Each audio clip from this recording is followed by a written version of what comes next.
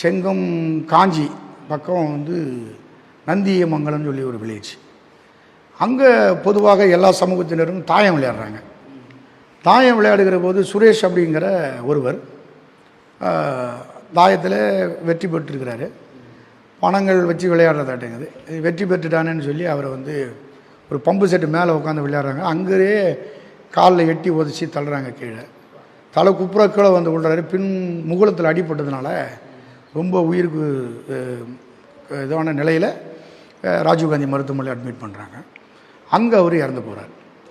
இறந்து போன பின்னாடி அந்த பிரச்சனையில் நிறைய பேர் தலையிட தாக்கியது மாற்று சமூகத்தை சார்ந்த, தாக்கப்பட்டது தலித் இது ஒரு பட்டியலினத்தை சார்ந்தவர்.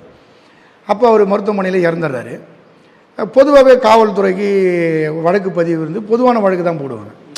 ஒரு ஏற்கனவே 307 பழைய வழக்கில் இப்போ பிஎன்எஸ் மாறி இருக்குது. அப்போ 307 போட்ட பின்னாடி இப்போ கொலை வழக்காக 302 மாற்றுறாங்க.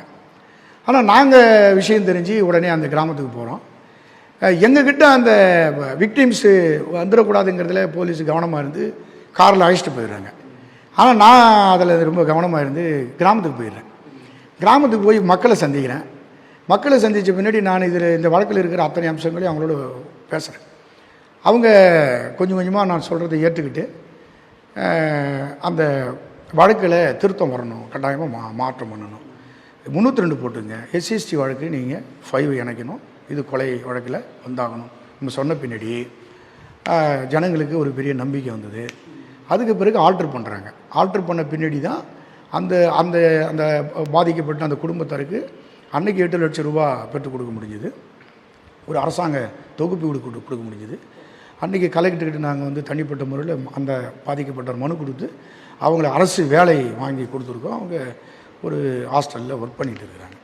இப்படி இந்த சம்பவத்தில் அவங்க தாக்குனது விளையாட்டு ரீதியாக ஏற்பட்ட கோபமா அல்லது சாதி ரீதியான வன்மமா? அதுதான் நீங்கள் பார்க்க வேண்டிய முக்கியமான. நான் தான் சொன்னேன், நீ ஜெயிச்சிட்டியான்னு தானே. அதான் நம்ம தொடக்கத்திலே சொன்னது என்னென்னா, அவங்களுக்கு விளையாடுற வரையிலும் அது தெரில.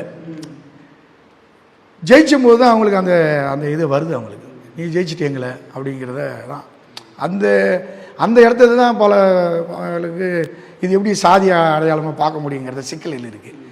அது அவங்களுக்கு நீ என்ன ஜெயிச்சிட்ட, நீ ஜெயிக்க முடியாது, விளையாட்டில் கூட ஜெயிச்சிடக்கூடாது. அதுதான் அதுதான் அந்த அதை தான் நம்ம கரெக்டாக அதை எடுத்து நம்ம எஸ்எஸ்டி வழக்கு